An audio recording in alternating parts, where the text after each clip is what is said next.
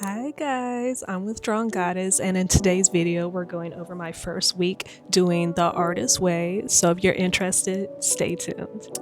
Alright, so before we go over my first week with the artist way, I just want to do a little hair update because I know you guys are going to notice. So actually on Friday after work I went to the barbershop and I got the 11. So your girl is bald, y'all. I've done the big chop like at least 10 times now. So it is nothing new to me. It might be new to you guys, but I'm not attached to my hair. I'm used to this. I was planning on growing it out, but since I'm trying to cosplay and I need my hair to be flat for the wigs, this was just an easier choice. My hair was kind of at an awkward length where I couldn't braid it, and I was kind of just spraying it with water and brushing it down to make the wig lay flat and look even on my head. I just think this is easier for now. I might still end up growing it out, but I like it like this, especially since I'm going to the gym more often this year and it's easier to work out with my hair not being in the way. So for now, I'm going to be rocking the coil array. Alright, so for those who aren't familiar with the artist way, I talked about it in my last video when I was going over my photography journey. So just for a brief little summary, it's a 12-week course to reconnect with your creative self. And the main thing you do for each week is journal in the morning. You're supposed to do 3 pages, and then you're given 10 creative assignments to do for that week. So this was week 1 for me, and I will say you have to be disciplined if you're going to be doing this course. I was actually supposed to complete week 1 at the end of February, but my cramps, y'all, they were killing me, so I had to redo week 1, so I'm done with it now. I'm good. And I actually was more disciplined the second time trying to do it. And I would say the morning pages were probably the most difficult part for me. This is my journal. If you don't know me, I'm really into plants. I love house plants. One of my favorite plants is the monstera, and that is what is on the front of this journal. And I actually also have a monstera tattoo. Hopefully it's focusing for you guys. And I also have a sunflower. Eventually I do want to get a whole sleeve of botanical plants on this arm, but for now this is all I could afford. Yeah, so the morning pages were difficult for me because I already get up at 5 a.m. Nani? Yes. And usually, like, I don't like to rush in the morning, and I didn't want to get up like at 4:30 just to journal. I did try it, and I found myself like most of my time was getting wasted on my phone, on TikTok. So once I really started locking in and staying off TikTok, I was able to journal more in the morning. But I found what works for me is just carrying the journal with me everywhere, and that way I won't forget to do my 3 pages. So since I work in an office, usually we do have down periods. So whenever it's slow, that's usually when I'll get my journaling done. And if I don't have time while I'm at work, usually I'll get it done either during my lunch break or before I go to bed. So once I'm done with the gym, doing everything I have to do with the day, I'll just do it before I go to sleep. So those are some tips if you're struggling trying to get your 3 pages in. And also if you're struggling to figure out what to write, in the book she tells you don't really need to like overthink it. If you don't feel like writing, you don't know what to write, just write I don't know what to write, or I hate writing, or it can be anything, you guys. But I did notice for me, in the beginning I was kind of like just venting, and then by like the 3rd day I was like, I don't want to keep being negative, I don't want to keep writing negative things. So I started being more positive, because the first chapter is about progress over perfection. And the first chapter also talks a lot about creative affirmations to change your mindset and to get rid of your negative self-beliefs. and to have more confidence in yourself. So I will say that journaling every day has been helping me and changing my mindset. And it's kind of like reprogramming your mind to think more positively and creatively. So honestly, it's kind of like you're getting free therapy by reading this book, y'all. So I highly recommend doing this. But yeah, the journaling wasn't that bad once I got used to it.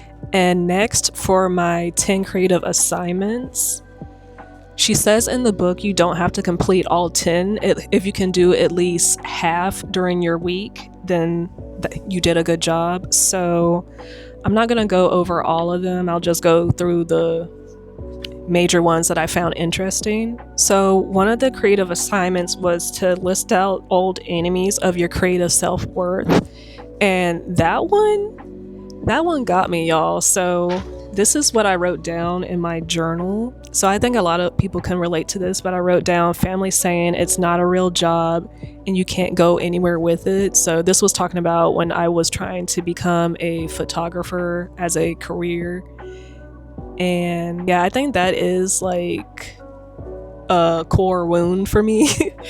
And it's probably also why I could never really pursue it not seriously, but completely, because I never really had any support when I was trying to freelance as a photographer. My friends, they supported me, but it wasn't like they were telling everyone to book me as a photographer, because most people couldn't afford what I was charging.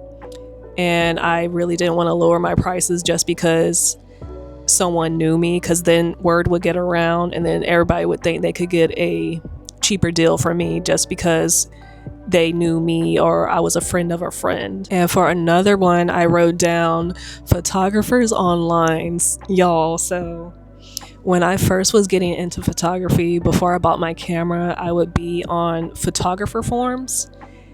And that was when I was really into self-portraits, and I was really like in love with Brooke Shaden, and she's a self-portrait photographer. I know in a lot of her photos she might wear a wig or change her appearance and then do a lot of composites to put different things in the photo to make it look like kind of like an art piece. Remember, I was going on photography forums asking the best way to take portraits of myself. And I can't remember which forum it was, but it was a lot of older photographers. They were kind of closed-minded, and they basically berated me and said I was self-absorbed, I was too into myself, and that I just wanted pictures of myself, and I wasn't a real photographer, or I really didn't want to be a photographer just because I wanted to take pictures of myself. And they said if I wanted pictures of myself, I should just hire a photographer instead of trying to do everything myself. And I remember mentioning Brooke Shaden, my inspiration, and they just didn't get it. So I just remember with that experience, it kind of discouraged me and made me rethink, like, should I really be doing self-portraits then? But it was just the wrong photography form for me. And I would say another enemy would probably just be clients, potential clients, I would say, assuming that all I did was click a button for photography, and they discouraged me to set my prices higher. And they kind of made it seem like my work wasn't worth all the energy and time and effort I put into it. So I would say those are my 3 enemies.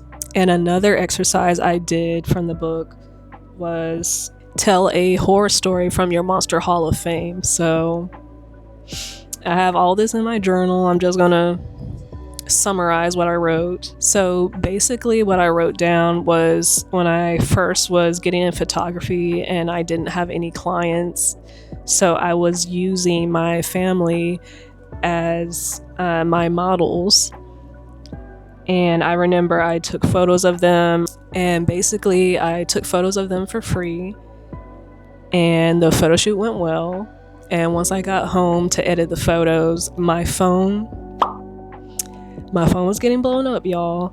I hadn't had time to even put the photos on my computer or anything, and they kept blowing my phone up asking, where's the photos, give me the photos. don't edit them, we need them now, and basically harassing me for the photos and just not understanding the process it takes to get good photos. I'm trying to figure out how to explain it in a simple way, but basically, just because you have a nice camera and you take the photo doesn't look complete just because the camera is nice. You still have to edit it and color grade it and basically put your own style into the photo before sending it off. Me personally, that's how I feel. I know some people, they don't edit their photos at all. They take the picture and send it to the client. But for me, I feel like you really can show your style as a photographer through editing, and they didn't understand that. So it was just like, I remember a very frustrating moment. And then once I finally sent them the photos, they didn't thank me. They didn't act appreciative. They just posted them everywhere. And that was the last time I chose to take photos for free for anyone. It doesn't matter if you're a family or friend, like, I just don't take them for free anymore. And another creative task that I did in the book was list the people who encouraged your creativity. So most of the people who encouraged me were my teachers, both in high school and in college. So I would say it was mainly my art teacher. Even though I wasn't good at drawing, she could see how creative I was, and she just kept encouraging me to keep on creating and building my portfolio and not give up, just because I was a beginner at the time and my photos didn't look good, y'all. So yeah, I really do appreciate her. And she also really helped me when it came to learning how to do Photoshop. I remember she taught me like a couple of tricks to make it simpler and get done editing faster. So I really appreciate her encouraging me. And also my college classmates, they encouraged me. I remember I would compliment them on their graphic design. And even though I wasn't good at using InDesign and using the pen tool and all that, they really admired what I could do in Photoshop and what I could do with composites. So I just remember it being a very positive and encouraging environment when I was in college. And I kind of miss just having that creative support group, because after college, everyone moved away. So I've still been looking for other creative friends to hang around. So another creative task I completed was taking myself for a walk, or in the book it says take your artist for a walk, but I took a nice little walk outside in the park, and it was really nice. It got a little chilly, so I didn't walk along, but it was nice just getting like some sun on my face, feeling the fresh air, getting some exercise, and then seeing nature. So that is something I want to start doing more, because I already like hiking. Just with Virginia, you never know what the weather's going to be. So definitely once it warms up, I'm going to be taking more daily walks. The next task that I completed in the book, it says, if you had 5 other lives to lead, what would you do in each of them? And y'all, I feel like there's so many things I would want to do in my different lives. So I wrote a bunch of them. It says just list 5, but I feel like I listed a lot of them. So the first one I wrote was yoga teacher that travels the world and does retreats for Black women. And there is a Black women's yoga retreat that I want to go to. I forget the name of it. I'll leave it in the description if I can find out the name. But I just think it's really cool, and it would be really fun. Another one I wrote was ballerina. And I think I wrote that down because ballerinas, I just love the costumes they wear, and I love how elegant they are and how flexible they are. So I think I would really be good at that if I was a ballerina, or if I trained from a younger age.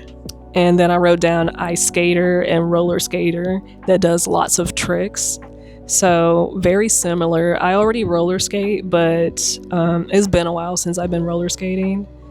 So I do feel like those are things I would be really good at if I, really dedicated myself to it. Another one I wrote down was art teacher or art therapist, because I know they have art therapy teachers.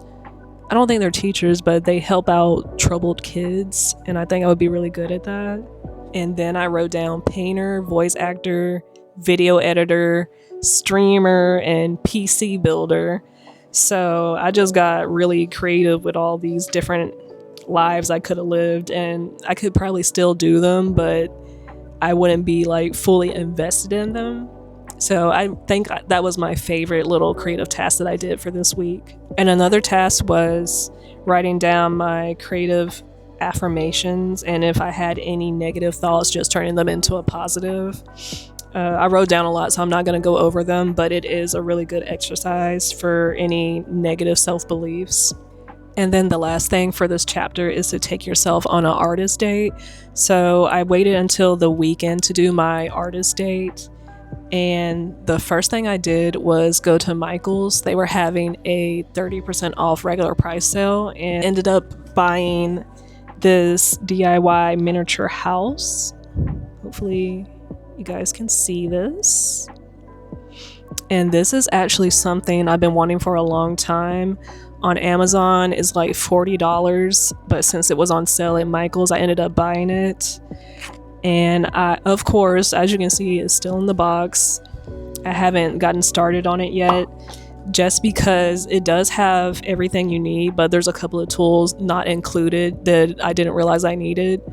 Like, I think one is a X-Acto knife, another one is a ruler.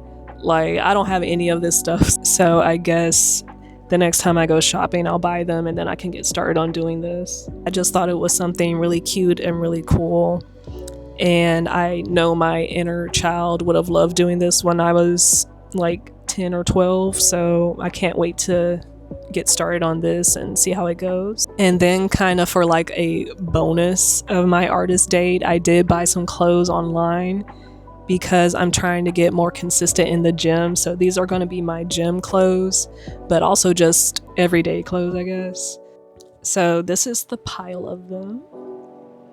And let me just show them to you. So the first one is this Bulma shirt. You can tell everything is brand new. I haven't worn any of them yet. But I just thought this was really cute. I don't usually wear pink, but I love Bulma, so I bought it. And all these shirts are in a large, because I just wear bigger shirts at the gym to cover myself up. The next one is this muffin shirt that I thought was really cute. And this is from Bluey. For anyone who doesn't watch Bluey, this is a very silly, funny character. And then the next one is this Zorro crop top from One Piece. This one is in a medium because I felt like if it was a small, it would be too tight, and I don't like wearing tight clothes. And y'all, this is just, it is so cute. I can't wait to wear it. This is not for the gym. This is just for every day. And the next one is a Dragon Ball Z jersey with Shenron on it. So I can't see anything, so hopefully you guys can see it. All right. So that's the front. And then the back looks like this. And this one is actually in a small because it's already meant to be a loose fit. And I'm actually wearing the last shirt that I bought. It is a fusion shirt of Gohan and Trunks. And I love them, y'all. I want to get a tattoo of them. So that's what it looks like. And something else I bought, it's not a clothing item, but it's just something cute. It's this Sailor Moon bottle opener. And you can see it on both sides of it. And it was worth the price, y'all. I love it. It's so cute. And usually I do drink, I think it's called Doritos. Hopefully I'm pronouncing it right. So now I can finally open them up easily with this. And I guess my little card capture Sakura wand also counts as my artist date, because I did recently buy this to put my microphone on. It is so cute, y'all. But Yeah, that's it for my little goodies that I bought my inner child or my inner artist. And I feel like I did most of my check-in because that's at the end of each chapter. Yeah, it says, how many days did you do your morning journal pages? And I did them every day this week, y'all. So you can be proud of me. And even if I didn't do all 3 pages, I did make sure to do them every single day. So I'm very proud of myself for doing that. And it also says for the check-in to talk about how the artist date went and how you felt. So it felt nice being able to walk into Michael's and buy something meant for me just to have fun and not to adult and do something that is needed to get done. And I feel like for a lot of us in this economy, like, we don't take enough time to do things for ourselves. We have to focus on bills and getting things done and making sure everything else is taken care of before we can do anything fun or like do our hobbies or hang out with our friends or stuff like that. So it did feel really nice to be able to know, oh, I'm going in here specifically to get something for me that is meant to make me happy and for me to have fun and not to help out around the house or something like that. So I really did like that aspect, and also being able to go online, because I did buy these clothes online and think, oh, these are for me to, you know, just make myself happy. It brings me joy, it sparks joy, so that's why I bought them. And like, it worked, I'm happy. So it did feel nice to treat myself, even though like the shirts, they were also for the gym, but still I needed clothes, so it's a win-win. And then the last thing it says for the check-in is, were there any other issues this week that you consider significant for your recovery? Describe them. So I don't really think, besides being able to journal and find things to write about, that there were any issues. I think I might have had trouble doing the different artist tasks because there are 10 of them. I did do most of them, but I feel like because most of them were like journaling tasks where I had to do where I had to do writing prompts, I really didn't feel like writing. So I would say a way to work through that is to use the One Journal app. You can either do it online on their website or on their app, and then you can just write it out on your phone if you don't feel like writing. Because even though I used to like writing all the time, my wrist, I did notice I was having like pain in my wrist because I pressed down too hard on the paper. So I guess moving forward, I'll try to stop like pressing down so hard on the paper. And I think also because I'm dyslexic, that's why I didn't like writing. So I guess leaving more spaces in my paragraphs or something that could help, because I also write really big. But other than that, I don't really think there were any issues for me this week. It was just trying to stay disciplined and not having to keep redoing week 1, because I did have to restart it because of my cramps. But it was a pretty good week, y'all. I really enjoyed it. So it looks like that's about it for week 1 of the Artist Way for me. I really enjoyed it. I feel like the theme was basically discipline and being more positive with your inner thoughts. And just for a sneak peek, it says for chapter 2, it's going to be about recovering a sense of identity. Hopefully you guys can see that. So I'm going to get started on reading chapter 2 and get started on week 2, and I'll see you guys next week.